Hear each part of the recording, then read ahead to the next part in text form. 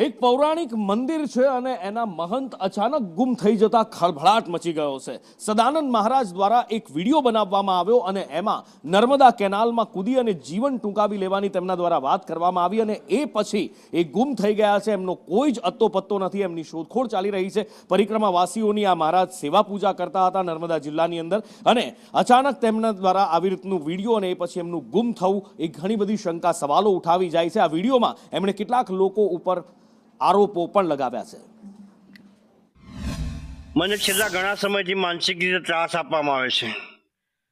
દિવ્ય ધામના જ્યોતિમયાનંદ અને જાનકીદાસ પરિવાર મને ખૂબ જ માનસિક રીતે ત્રાસ આપવામાં આવે છે, અનેક રીતે બદનામ કરવામાં આવે છે, જેથી હું કંટાળીને આજે સુસાઇડ કરવાની મારી પરિસ્થિતિ નિર્માણ થઈ છે। ન્યાયપાલિકા પાસે અનેક સમય મેં ન્યાયની ભીખ માગી, પરંતુ મને આજ સુધી ન્યાય મળ્યો નથી, કારણ કે મારી પાસે સત્તા નથી, સંપત્તિ નથી। ત્યારે આજે મારે વિવશ થઈને મારે નર્મદા કેનાલની અંદર આત્મવિલોપન કરવા માટે હું વિવશ બન્યો છું।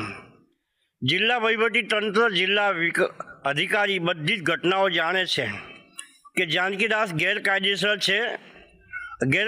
કબજો કરીને ધર્મક્ષેત્રની અંદર અશાંતિ ફેલાવે છે, ખોટા પોલીસ કેસ કરીને લોકોને પ્રતાડિત કરે છે, પરેશાન કરે છે। મારું પ્રશાસન છે, છતાં હું ન્યાયની ભીખ માગી રહ્યો છું, મને ન્યાય મળતો નથી, જેથી હું વિવશ બનીને આજે આત્મવિલોપન કરવા માટે વિવશ બન્યો છું। કંટાળી ગયો છું, પરેશાન છું, કારણ કે હું આર્થિક રીતે ખૂબ જ પરેશાન છું।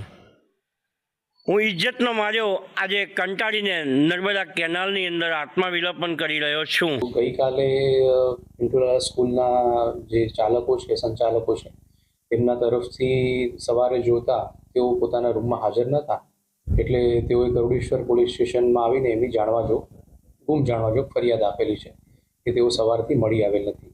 એટલે પોલીસ આ દિશામાં તપાસ કરી રહી છે કે